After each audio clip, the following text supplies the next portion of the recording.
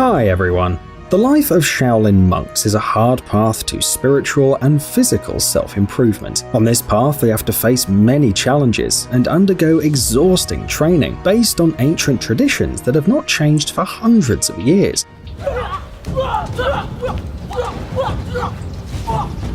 The monks train 7 days a week to perfect their skills. It's not easy to understand the essence of their lifestyle, but we'll try to do it anyway. So, why are the Shaolin monks so cool? Let's find out.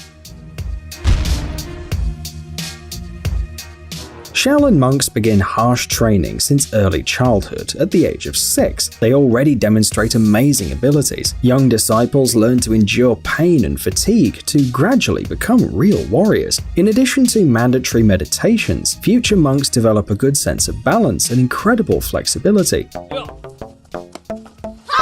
It seems that a person can't bend at such an angle. That's just simply impossible. You can't survive this exercise without any damage to the body, unless you're Mr. Fantastic or someone like that. The disciples literally twist into a ring, wrapping their bodies around pillars and even tree trunks. They also hang in this position for some time, and they don't fall. However, this exercise that looks more like torture is actually just part of Kung Fu training. According to the master, such exercises teach monks to endure any hardship and learn the intricacies of martial arts. We are sure that our viewers already know this, but just in case, do not try to repeat any exercise from the Shaolin practices. It can be very dangerous for your life. Seriously, every monk has been training for many years to minimize the risks to their body. For example, during this exercise, they hit their throats against a thick stick, and the throats are one of the most fragile parts of the human body.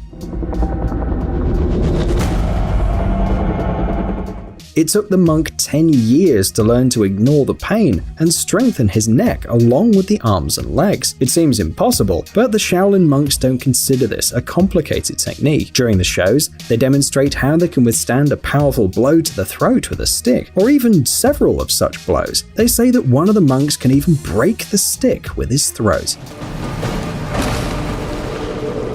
To make every part of their body stronger, the monks use special exercises. This is not only about training, meditation also plays an important role. They help a monk to take a break from physical exercises for a while, concentrate, clean their mind, and listen to their body. Meditation also helps to remain calm even during the most frightening exercises, and they really can scare anyone. The noose around the man's neck can't be a good sign, but not for the Shaolin monk. His throat and neck are so physically strong that he can use the so-called tortoise breathing. This is one of the skills that a real Kung Fu master can learn. It allows the monk not to breathe for up to 20 minutes, while being suspended in the air at a height of more than a meter. To be able to do something like this, you have to gather all of your strength and concentrate as much as possible. Only a few of the Shaolin monks can do this, and yes, do not try to do this at home.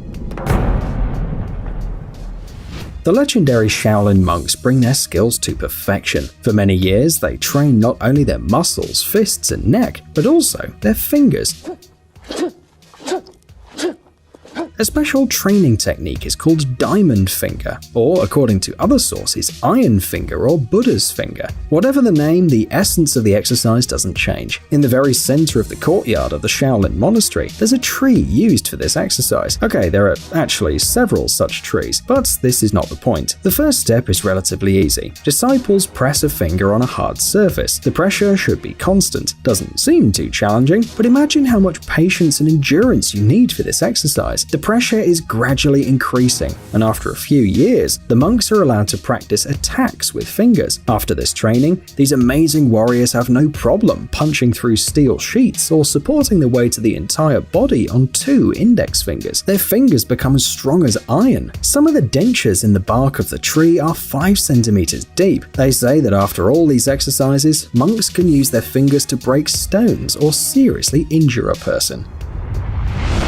Many people today find it difficult to climb stairs. In a world where escalators and elevators are everywhere, you don't always have to exert yourself. The Shaolin monks use the stairs in the monastery for training, and they don't just run up and down the stairs. No, that would be way too easy. The monks climb down on all 4s, and they do it amazingly fast. They don't touch the steps with their knees, only with their feet and palms, but still somehow manage to keep their balance. Don't try to repeat this exercise either, especially alone and on the steep stairs. Let's leave all the insane exercises to the really cool guys.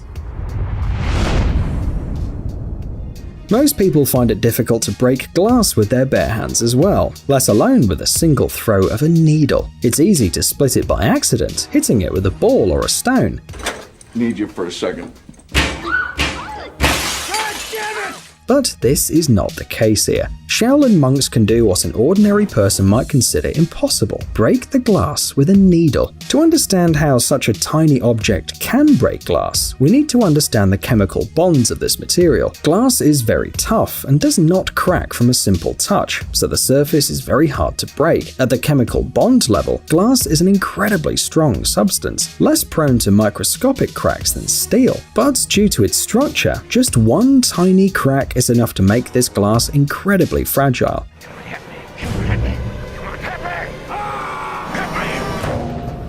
This property is used by the Shaolin monks. Another trick is not to bend the needle under pressure during the throw. This is not easy, but as you've already realized, the monks are not looking for easy ways. They throw the needle with great strength and speed while trying not to bend it. As soon as a rigid needle hits the glass and creates a deep crack, the force is distributed throughout the glass and it breaks. A needle pierces a balloon on the other side of the glass, and then it pops.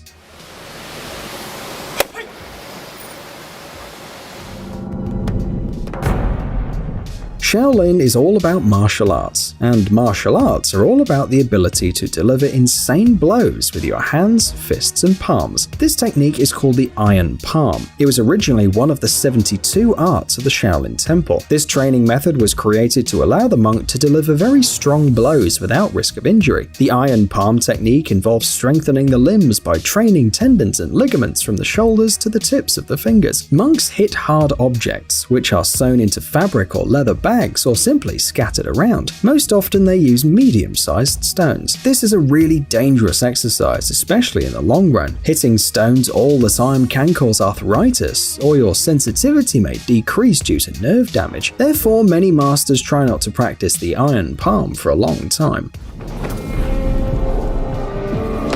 Many Shaolin exercises look spectacular and intimidating. One of them is called an iron shirt. The internet has many videos where the monks lie on sharp spears, as if this doesn't bother them at all, or they bend these very spears only with their neck. How do the monks do this though? Hard to say. Some argue that the whole trick is in some unrealistic training. The monks sleep on hard beds wrapped in soft fabrics. Then they hang a horizontal bar and dig a hole under it. Every day for 3 years, the disciple grips this bar with his hands and then falls into the pit flat on his body. Then begin to hit the disciples' bodies with sticks and even with a hammer. Which of this is true and what is fiction? Probably only the monks know for sure. Skeptics doubt whether these special skills are actually for real. Maybe all this is just a staged trick that can be performed by anyone who had enough preparation time. For example, the secret may lie in the spear itself. Props are the magician's best friend. Well, you get the point. These spears are not as sharp and dangerous as the real ones, and are created solely for the performance. On the other hand, many believe that years of dedication and training allow Shaolin monks to perform superhuman feats. Lying on the spearheads might just be one of them.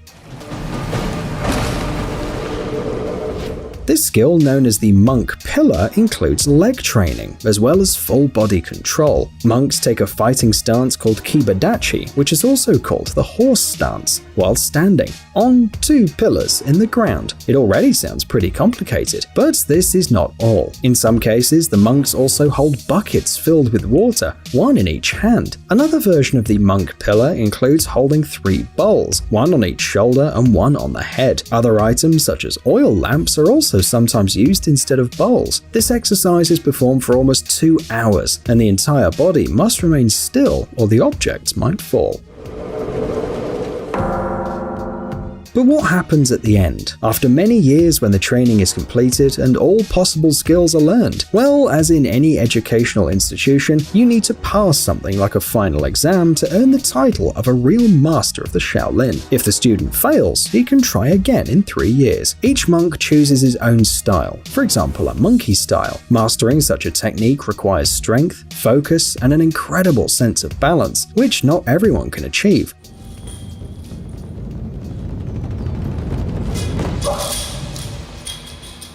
But the exam is not only about Kung Fu, as your knowledge of Buddhism, a religion that's mandatory for all monks, is also put to the test. And as it often happens, some theoretical questions are much more complicated than exercises. A lot of effort is required to pass both tests, and only then can you earn the right to be called a real monk warrior of Shaolin. 行，你这过了。 Dude, are you looking for new technologies and great gadgets? Are your thoughts focused on the future? Do you love huge vehicles and can't imagine your life without robots around you? Then visit TechZone and you'll find all this and more. The link is in the description. You interested? Great.